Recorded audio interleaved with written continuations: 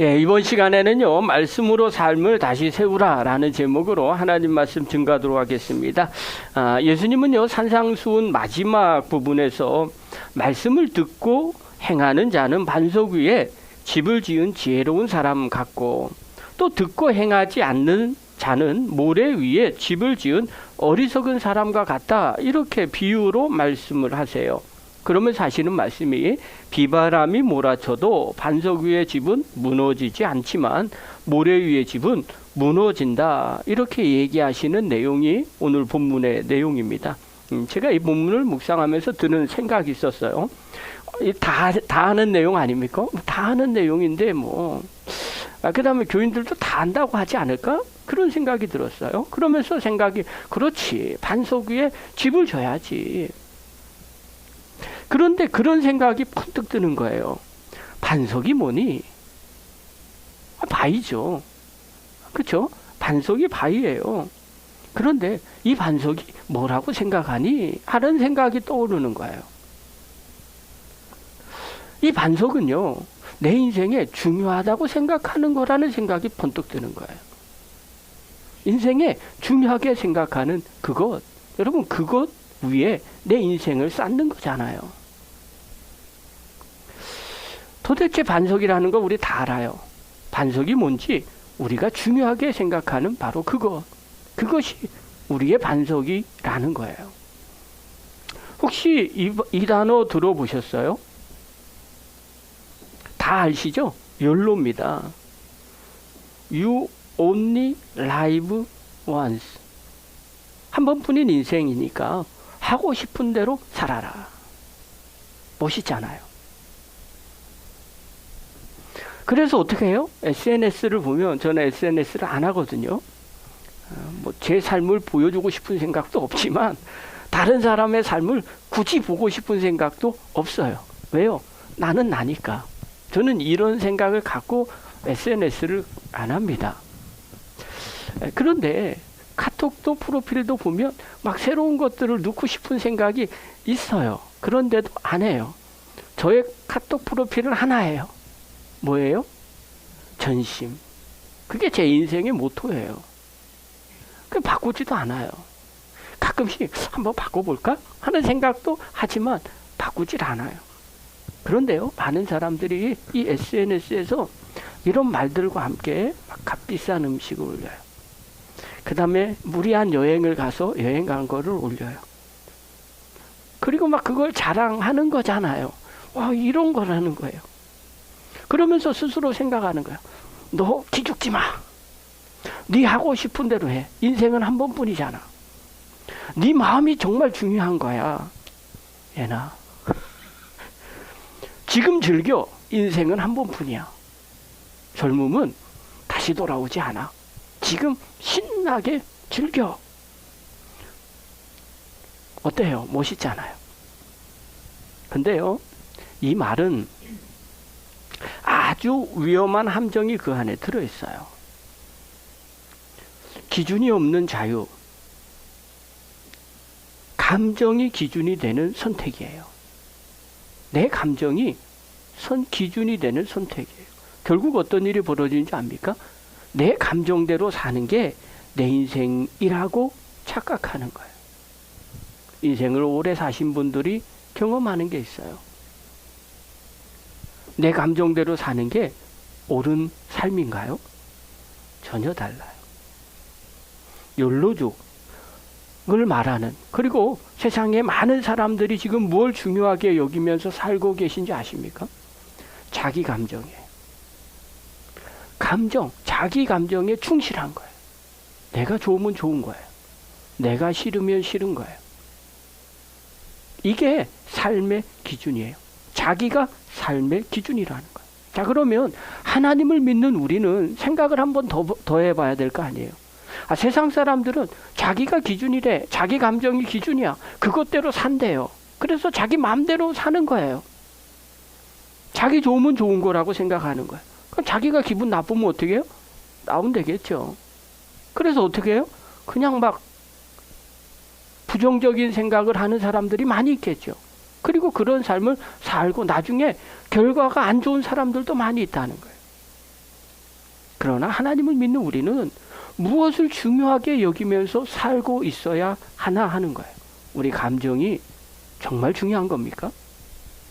우리 기분대로 사는 게 하나님 믿는 사람의 삶입니까? 아니면 다른 사람들이 무슨 말을 하는 거 그걸 들으면서 사는 게 중요한 겁니까? 아니면 세상 사람들처럼 돈이 최고야 하고 돈을 추구하면서 사는 게 좋은 겁니까? 도대체 뭐가 한 번뿐이라는 인생을 살 때 중요한 기준이 돼야 될까? 더 나은 인생이 살려면 어떻게 살아야 되는가? 여러분, 제대로 살 이유가 책임 있게 살 이유와 맞먹는다는 거예요. 그래서 여러분의 인생을 다 살고 난 뒤에 여러분은 어떤 삶이 좋은 삶입니까? 오늘 예수님은요, 우리에게 그 영적인 눈이 열려지라고 말씀하시는 거예요. 24절 한번 봅시다. 읽겠습니다. 시작. 그러므로 내 말을 듣고 그대로 행하는 사람은 반석 위에다 자기 집을 지은 슬기로운 사람과 같다고 할 것이다. 우리 인생을 어떻게 살라고 하는가? 다른 것이 아니에요. 말씀의 기초를 세우라는 거예요. 말씀을 듣고 하나님 말씀에 내 삶을, 내 태도를, 내 결정을 맞추라는 거예요. 그게 반석 위에 집을 짓는 사람이라는 거예요. 사랑하는 성도 여러분, 오늘 이 말씀을 통해서 우리의 생각을 다시 한번 정립하시기를 바랍니다. 인생은요, 기초가 중요합니다. 무엇 위에 우리의 인생을 세울 겁니까? 그것이 정말 중요해요. 1906년도에 미국 샌프란시스코에 대재앙이 일어났어요. 규모 7.9의 대지진이 도심을 덮쳤습니다.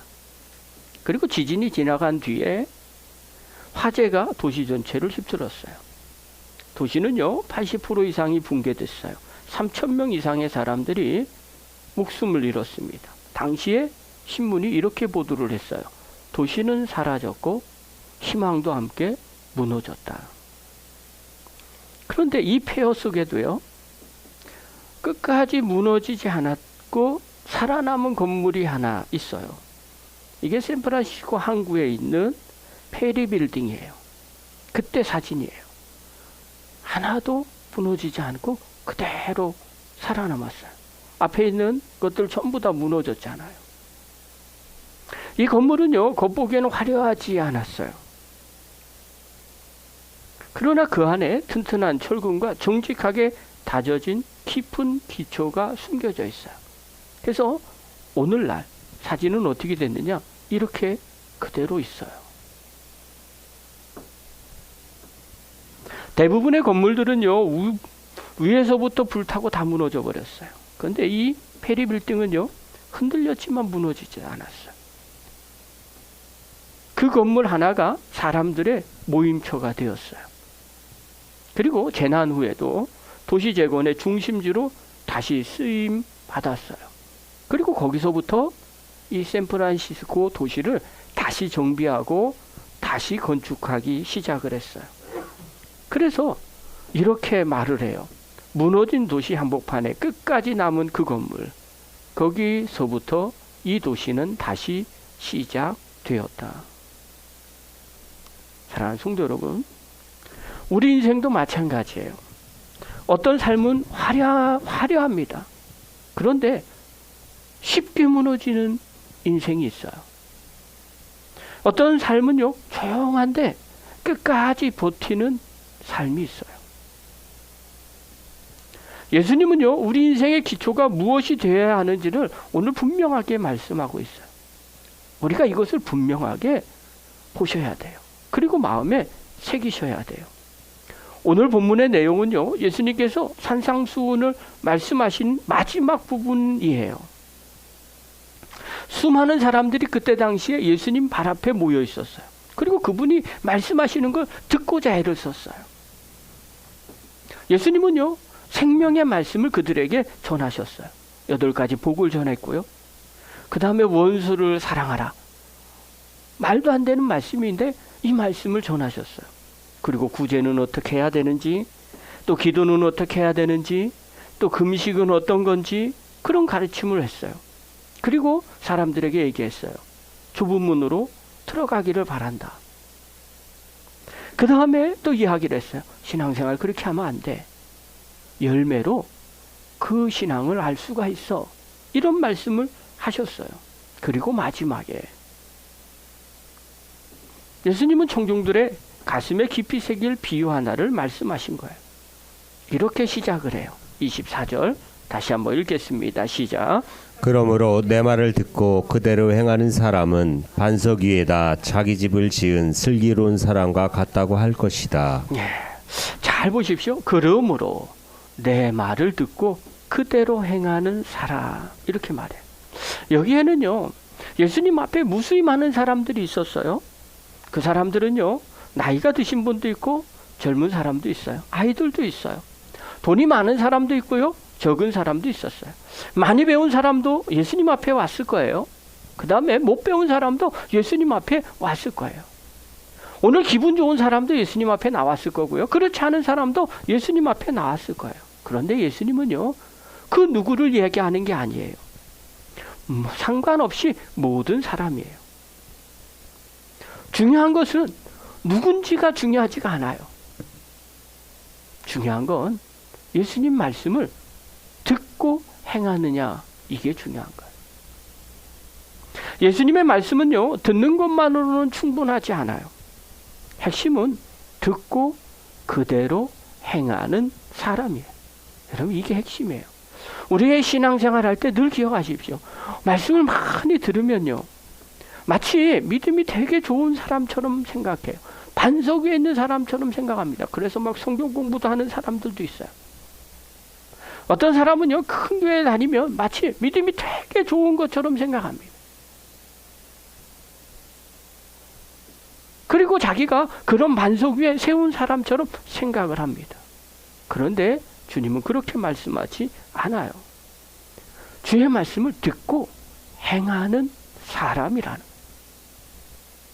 그 사람은 지혜로운 사람이라는 거예요. 슬기로운 사람이라는 거예요.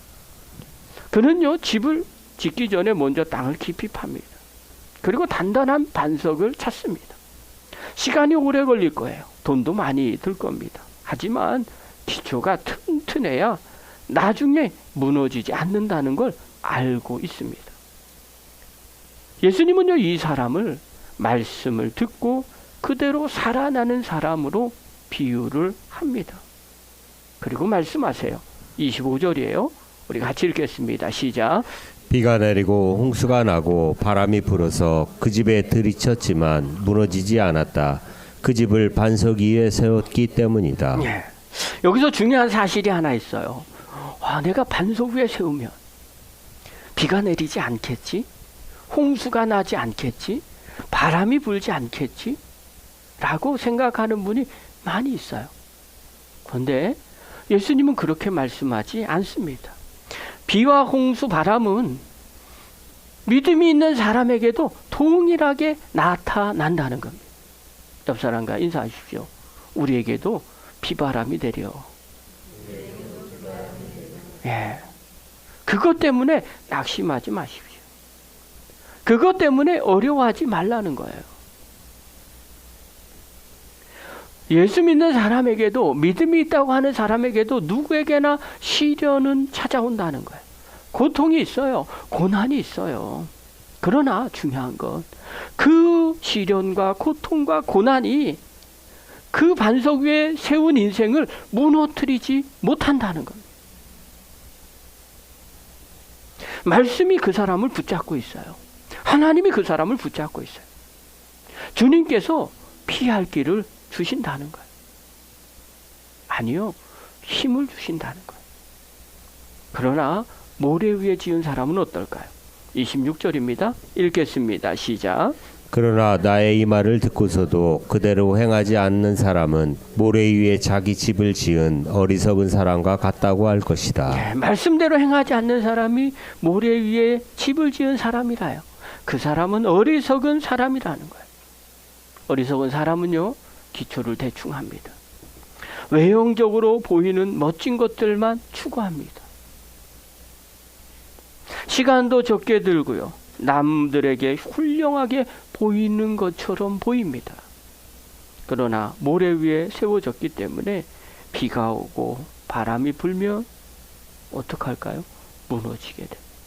27절 보십시오. 읽겠습니다. 시작.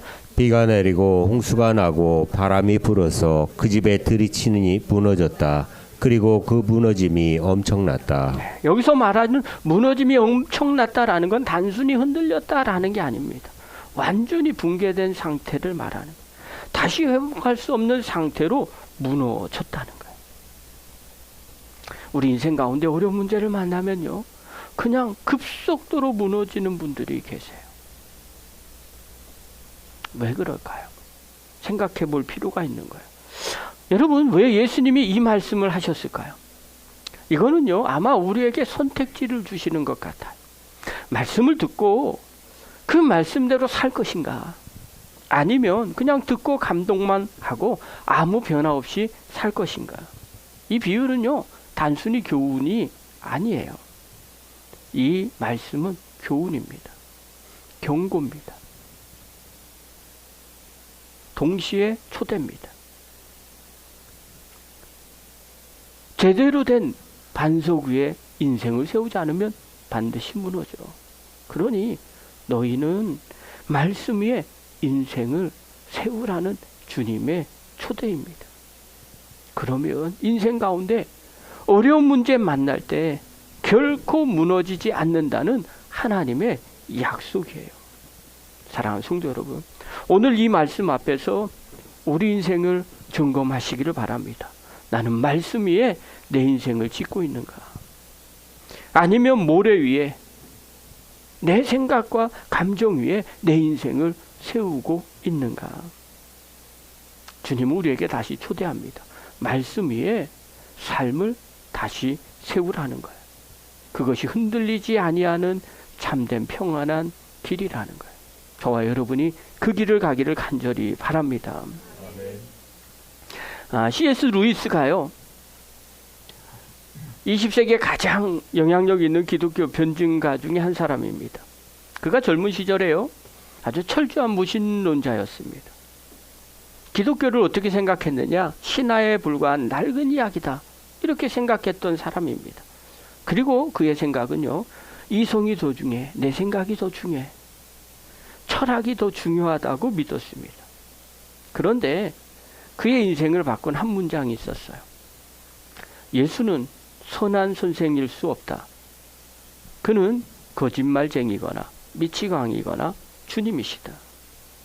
루이스가요, 회심하게 된 아주 결정적인 논리예요. 후에 그가 순전한 기독교라는 책에 이 내용을 썼어요. 루이스가요, 이렇게 고백을 해요. 나는 진리를 피하기 위해 변명하고 있었고 결국 나 자신을 속이고 있었다. 그러나 하나님 앞에 정직해지는 순간 하나님이 나를 붙드셨다. 이렇게 고백해요. 자기는요, 예수는 구세주라고 생각하지 않은 거예요. 에이, 옛날 이야기야, 신화야, 이렇게만 생각하고 치부해버렸다는 거예요. 그런데 주님이 진리라는 사실을 자기가 속이고 있었다는 거예요. 자기 스스로를 속인 거예요. 그런데 내가 정직하게 주님 앞에 딱 드러나는 순간 주님이 정말 메시아구나라는 것들이 깨달아졌다는 거예요. 그러면서 그가 그 이후에 이렇게 말해요. 진리를 받아들이는 정직함. 내가 주님 앞에 정직하게 자기 자신을 뒤돌아보고 주님을 바라봤을 때 내 인생의 기초가 되었다는 거예요. 그가 고백합니다. 정직하게 반응하기를 원합니다. 이 말은요, 우리의 삶 가운데 동떨어진 이야기가 아닙니다. 제가 이 말씀을 들으면서 그런 생각이 들어요. 우리가 주님 앞에서, 우리가 인생 앞에서 얼마나 거짓된 결정을 하는지 아십니까? 저는요, 주의 말씀을 많이 보잖아요. 보면서 주님이 말씀 가운데 어떻게 살아야 되는지를 저에게 말씀을 하세요. 이렇게 사는 게 맞다는 게 느껴집니다. 그런데 자꾸 제가 외면하는 거예요.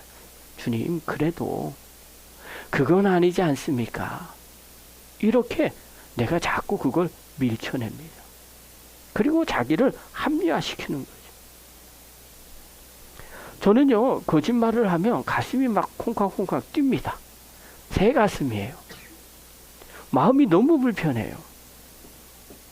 그리고 내 스스로 속이는 느낌이 들어요. 그리고 그걸 기억해야 내야만 합니다. 내가 그때 왜 그런 말 했지? 그걸 기억해내야만 다음에 그거를 또 얘기를 할 수가 있는 거예요. 너무 불편했어요. 그래서 제 안에 결심을 했어요. 나는 그냥 있는 그대로 말하자. 여러분, 인생 가운데 신앙생활을 하면 할수록 고백하는 게 있어요. 있는 그대로 말하자. 잘하면 잘했고 못하면 못했다고 말하자.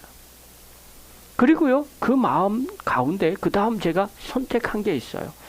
내가 하나님의 자녀라면 이제 선택의 순간마다 하나님이 뭘 원하시는지를 먼저 생각해 보자. 그거였어요. 그렇게 살면서 애쓰다 보니까 어느새 제 인생의 기초가 되었어요. 그래서 저는요, 거짓말을 거의 안 합니다.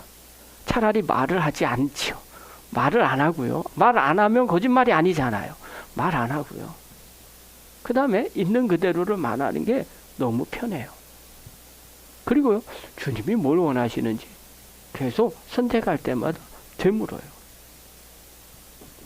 그것이 오늘날 저희를 여기까지 오게 한 거예요. 사랑하는 성도 여러분, 삶은요, 수많은 결정의 연속이에요.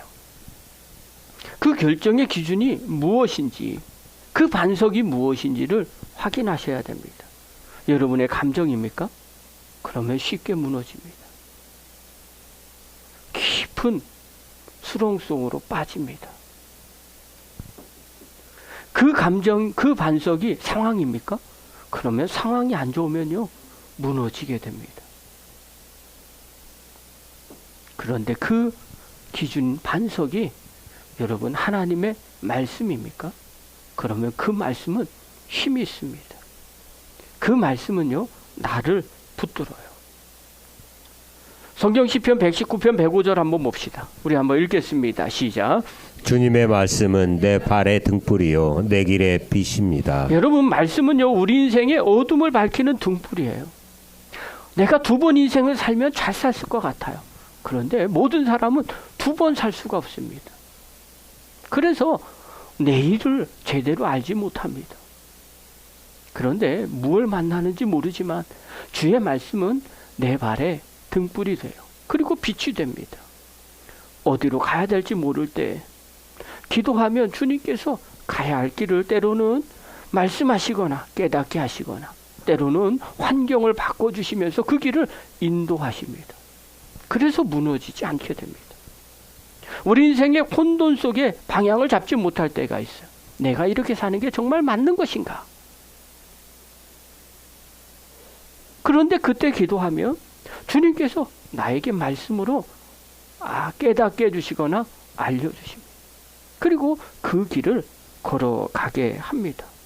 사랑하는 성도 여러분, 말씀 없이 사는 삶은요, 방향도 있고 삶이 흔들리지만 말씀의 기초가 되는 삶은요, 비바람 속에서도 길을 잃어버리지 않게 됩니다. 그래서 말씀 위에 사는 거예요. 우리의 삶을 다시 세워야 합니다. 사도 야고보는요, 야고보서 1장 22절에 이렇게 말합니다. 우리 한번 읽겠습니다. 시작. 말씀을 행하는 사람이 되십시오. 그저 듣기만 하여 자신을 속이는 사람이 되지 마십시오. 말씀을 듣는 것만으로 만족하지 말라는 겁니다. 감동은요, 누구나 받을 수 있어요. 그러나 그 감동이 순종으로 이어지지 않으면 자기 기만일 수 있는 거예요. 말씀을 듣고 살아내는 사람, 그 사람이 반석 위에 집을 짓는 사람이라는 거예요. 제가 설교 한 편을 들었어요. 근데 지금도 잊혀지지 않는 간증이 있어요. 한 권사님의 간증인데요. 한 20년 동안 매일 필사를 했답니다. 그리고 하루를 시작하시는 분이에요. 아무도 보지 않을 때 말씀을 한자 한자 손으로 옮기며 마음에 새기는 삶을 살아오신 거예요. 수십 권의 말씀 노트가 쌓였고요. 말씀은요, 그 권사님의 삶의 하루의 기초이자 삶의 중심이었어요. 그런데 어느 날이에요. 그 남편이 아주 중병이라는 큰 위기가 닥친 거예요. 게다가 가장이 그런 위기에 닥쳤으니까 경제적으로도 심각한 어려움이 겹쳤습니다.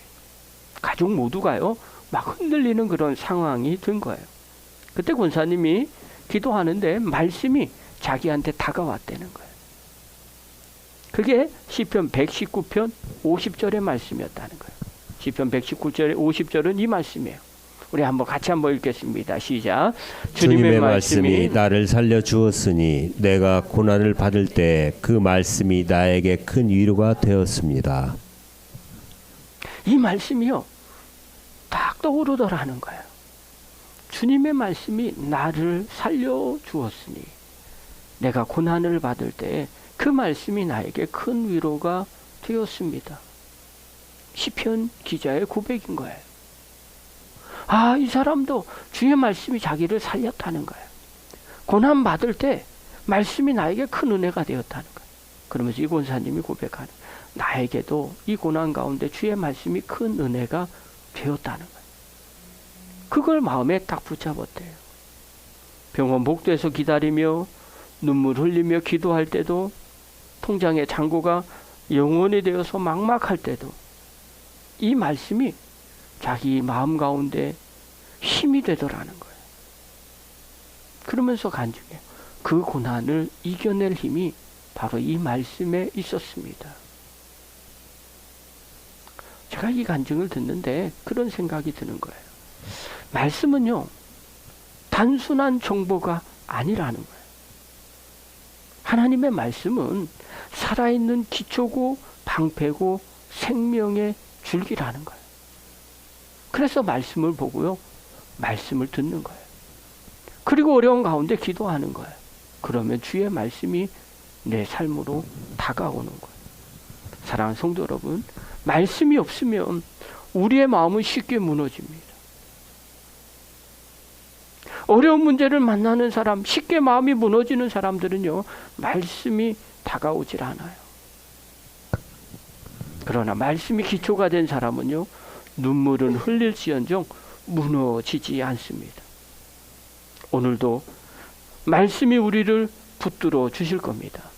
여러분, 어려운 문제를 만날 때 하나님은 반드시 우리 안에 인도의 말씀으로 인도해 주십니다. 말씀에 세운 인생은요, 흔들릴지라도 다시 일어설 수 있습니다. 저와 여러분, 그 흔들리는 우리의 마음을 다시 일으켜 세우는 그 말씀을 경험하는 믿음의 종이 되기를 간절히 축원합니다. 오늘 예수님이 분명하게 말씀하셨어요. 24절 다시 한번 읽겠습니다. 시작. 그러므로 내 말을 듣고 그대로 행하는 사람은 반석 위에다 자기 집을 지은 슬기로운 사람과 같다고 할 것이다. 여러분, 주의 말씀을 듣기만 하지 마시고 그대로 행하는 사람은 반석 위에 세운다고 말씀하십니다. 하나님은요, 그때나 지금이나 동일하십니다. 우리가 말씀을 듣고 그대로 사는 성도들을 찾고 계세요. 그리고 그런 사람을 축복하십니다. 저는 우리 안성열린교회 모든 성도들이 말씀으로 인생을 세워서 하나님의 도우심을 누리는 믿음의 지혜로운 성도가 되기를 간절히 축원합니다. 그렇다면 이제 어떻게 해야 되는가? 한 가지를 기억하십시오. 선택하거나 결정할 때 하나님이 원하는 것이 무엇인지를 생각하고 결정하십시오. 그 순간마다 스스로에게 물어보는 겁니다. 이 선택이 하나님 말씀에 합한가? 하나님이라면 어떻게 하실까?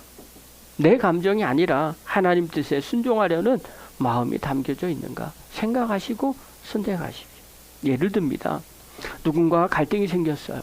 감정대로 하면요, 저렇게 한 방에 그럴 때가 있잖아요. 그러나 감정대로 대하지 말고 마태복음 5장에 주님께서 말씀하셨어요. 먼저 화목하라. 말씀을 기억하고요, 그 말씀 붙잡고 기도하는 거예요. 그리고 용서해 주는 거예요. 그걸 선택하는 거예요. 여러분, 너무 힘들고 어렵습니다. 그러나 그 선택이 우리의 삶을 지탱해 줍니다. 직장에서 유혹이 다가올 때도 있어요. 눈앞에 이익보다는요, 주의 말씀을 붙잡는 겁니다. 정직이 사람을 인도한다. 말씀을 따라 행동으로 옮기는 거예요. 그러면요, 그 말씀이 그 말씀대로 사는 그 사람을 하나님이 그 인생을 붙잡아 주십니다. 자녀를 양육할 때도요, 세상의 기준을 얘기하는 것이 아니라 신명기 말씀처럼 하나님의 말씀을 마음에 새기게 하고 부지런히 가리키고 하나님이 원하시는 자녀의 기준이 뭔지를 설명하는 거예요. 힘들고 어렵습니다. 그러나 그렇게 하는 것, 그것이 우리의 인생의 기초를 말씀 위에 세우는 거예요. 그런 인생은요, 비바람이 와도 결코 무너지지 않는다는 겁니다. 쉽지 않습니다. 내 감정과 반대로 선택할 때도 있습니다. 그러나 그 하나님의 말씀대로 붙잡고 선택하시면 하나님은요, 그런 사람을 찾으시고 그리고 그런 사람을 결코 외면하지 않으십니다. 사랑하는 성도 여러분, 오늘부터 말씀으로 삶을 다시 세우는, 말씀이 기초가 돼서 그 말씀대로 순종하며 살아가서 하나님의 도우심을 경험하는, 그리고 든든한 반석 위에 세운 인생에 하나님이 주시는 그 열매와 그 놀라운 축복을 누리는 하나님의 거룩한 종들이 되기를 간절히 축원합니다. 기도하겠습니다. 하나님 아버지, 감사드립니다. 우리 인생 가운데 어떤 반석 위에 하나님 우리의 인생을 세워야 할까요? 세상 사람들은 감정에 자기 인생을 맡깁니다. 세상의 기준에 인생을 맡깁니다. 그러나 하나님의 자녀는 주의 말씀이라는 반석 위에 인생을 세우기를 원하십니다. 그리고 그 말씀대로 순종하며 살아가는 자를 하나님은 찾으시고 그 사람을 통해서 하나님의 놀라운 일들을 이루어 가시고 그 사람을 반드시 축복하십니다. 우리 인생 가운데 말씀의 중심이 돼서 삶을 살아가는, 그리고 그 말씀대로 순종해서 하나님의 놀라운 일들을 이루어가는 하나님의 백성들이 다 되게 하여 주시옵소서. 예수님의 이름으로 감사하며 기도하옵나이다. 아멘.